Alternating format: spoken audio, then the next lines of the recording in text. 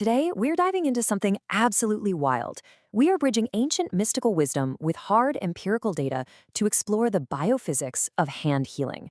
It's actually kind of beautiful. What spiritual traditions have known for literally millennia, that our hands are potent conduits for life force energy, is now being straight up validated by modern science.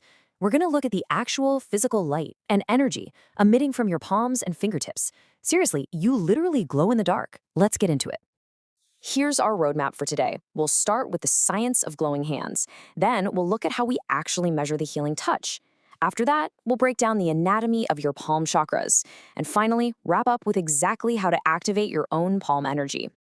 All right, let's jump right into section 1, glowing hands, the science. Okay, I know it sounds like pure magic, or maybe something straight out of a sci-fi movie, but I want you to look at your hands right now. Go ahead, look at them, and ask yourself, are they actually emitting light? Like, are your hands glowing? Well, the scientific answer, it's a resounding yes. Literally every single living organism emits this constant, ultra-weak current of light particles called biophotons.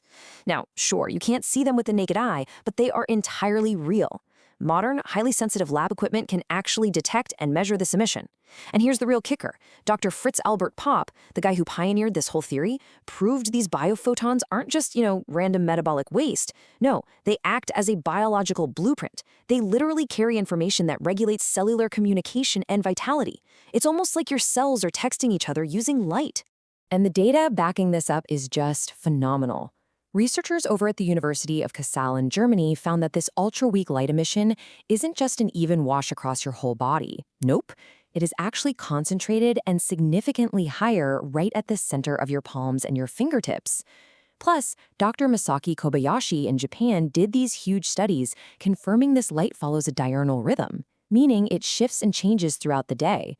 His research definitively showed that out of your entire body, your hands and your face emit the highest intensity of light. So yeah, you quite literally hold radiant energy right in the palm of your hands. Okay, moving on to section 2, measuring the healing touch, and specifically, the Reiki connection. So the big question is, how do we actually use this light and energy? Well, practices like Reiki, which translates to universal life force energy, tap right into these exact hand channels. The practitioner becomes a clear conduit, drawing universal energy in and radiating it out through those palm chakras we just mapped. But again, where's the hard science? So back in the 1980s, this incredibly groundbreaking study took place. Dr. John Zimmerman at the University of Colorado School of Medicine got his hands on a highly sensitive piece of tech called a SQUID device. That stands for Superconducting Quantum Interference Device. He used this thing to measure exactly what physically happens to biomagnetic fields when an energy practitioner shifts into a healing state, like what you'd see in the practice of Reiki. And what he found was absolutely mind-blowing. He discovered a massive biomagnetic field pulsing from the practitioner's hands.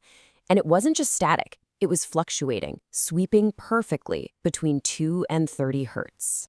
Now, why does that matter? Well, this perfectly illustrates that those are not just random numbers. Medical science actually recognizes this exact frequency band, 2 to 30 hertz, as the absolute optimal range for stimulating cellular repair and tissue regeneration.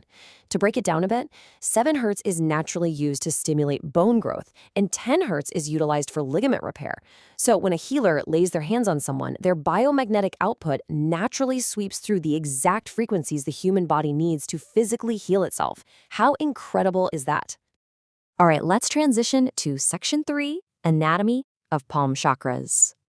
So, most of us know about the 7 major chakras, right? But we actually have hundreds of minor ones too. And 2 of the most absolutely crucial ones sit right in the centers of our palms. Think of these minor chakras as biological radio antennas. Esoteric anatomy teaches us that the left palm typically acts as a magnetic receiver of energy. It's got that yin or feminine receptive quality. The right palm, on the other hand, acts as a radiant transmitter, the yang or masculine projecting quality. Now, depending on your dominant hand, this might flip, but that core dual nature of reception and projection remains constant. You are quite literally built to receive universal energy and broadcast it outward. Plus, it gets even cooler. We have these secondary energy vortices right at the tips of our fingers. They act as a laser-like focal points, letting us project subtle energy, whether you call it prana, chi, or ki, with pinpoint intention. And what's wild is how perfectly this maps to our actual physical biology. Physiologically, your fingertips contain the absolute highest density of nerve endings and mechanoreceptors in your entire body. This super dense network makes your hands the ultimate primary interface for both physical touch and energetic tactile awareness. Which brings us to our final section, activating your palm energy. Putting all of this to use is actually a lot simpler than you might think, and it's heavily tied to nervous system regulation. The steps are super straightforward. First, just set a conscious intent to channel universal life force energy. Make sure you aren't draining your own battery, you're just acting as a clear channel, pulling energy in through your crown and out through your hands. Second, simply place your energized hands on your body. And third, tune in and feel the physiological shift. By doing this, you're literally forcing your autonomic nervous system to hit the brakes, shifting you out of that stressed, sympathetic fight-or-flight mode and dropping you right into a calming, parasympathetic rest and digest state. The holistic benefits of this are just huge, both for the person healing and the person receiving. Just like Dr. Zimmerman's squid device showed us, those sweeping biomagnetic frequencies kickstart accelerated physical feeling and cellular recovery. And that soothing biophotonic light we talked about earlier, it actually alters pain receptors, boosts localized blood flow, and calms inflammation. Plus, because these physical centers tie directly into our subtle energy body, doing this is an amazing way to dissolve emotional blocks. It cuts right through anxiety and anchors you in a deep, profound sense of safety and sovereign peace. If you want to try this out yourself, a great way to anchor the practice is with a grounded spiritual affirmation. Try stating something like, "I am a clear, protected, and sovereign channel for the infinite light." Stating this reminds your subconscious that you are purely a conduit for universal life force, protecting you from totally draining your personal vitality. You're simply bringing balance, renewal, and divine alignment to everything you touch, just letting that infinite light flow right through you. So, to wrap up this explainer, I want to leave you with one final provocative question. We've looked at the hard empirical data. We've seen the science of biophotons, Zimmerman's squid measurements, those precise healing frequencies, and the massive density of our mechanoreceptors. Now that you hold this deeply measurable, scientifically validated healing power literally right at your fingertips, how are you going to use your radiant energy today? Thanks so much for exploring the science and spirit of the radiant palm with me.